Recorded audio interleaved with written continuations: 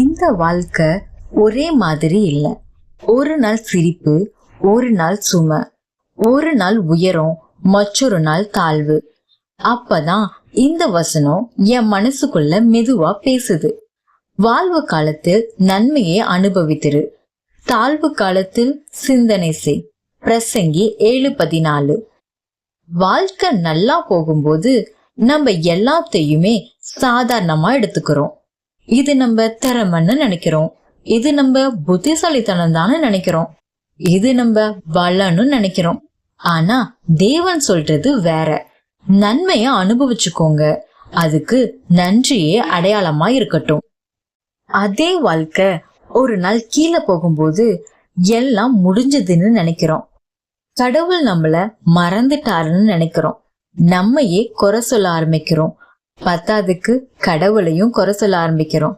ஆனா வசனம் அப்படி சொல்லல. தாழ்வு காலத்தில் சிந்தனை செய். இந்த காலம் என்ன சொல்ல வருது? நான் என்ன கற்றுக்கொள்ளணும், எதை மாற்றணும்? நல்ல காலம் நம்ம மனச டெஸ்ட் பண்ணி பாக்குது. கஷ்ட காலம் நம்ம மனசுக்கு கற்றுக் கொடுக்குது. வசனம் தொடர்ந்து சொல்றது என்னன்னா, மனுஷன் தனக்கு பின் வருவதொன்றையும் கண்டுபிடியாத படிக்கு தேவன் இவ்விரண்டையும் ஒன்றுக்கொன்று எதிரடையாக வைத்திருக்கிறார். நாளை என்ன நடக்குன்னு நம்ம யாருக்கும் தெரியாது. அதனாலதான் இன்றைய சந்தோஷத்தை நன்றியோட அனுபவிங்க, இன்றைய கஷ்டத்தை பொறுமையோட தாங்குங்க. நல்ல நாள் வந்தா நன்றியுடன் வாழுங்க, கெட்ட நாள் வந்தா நம்பிக்கையுடன் கற்றுக்கொள்ளுங்க. ஏனென்றால் தேவன் எந்த நாளையும் காரணம் இல்லாம வைக்கல. நல்ல காலமாயிருந்தாலும் கஷ்ட காலமாயிருந்தாலும் தேவன் நம்ம கூட தான்.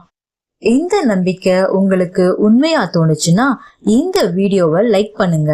இப்படியான வாழ்க்கை பிளஸ் தேவன் சம்பந்தமான வீடியோஸ் தொடர்ந்து வர சப்ஸ்கிரைப் பண்ணிக்கோங்க.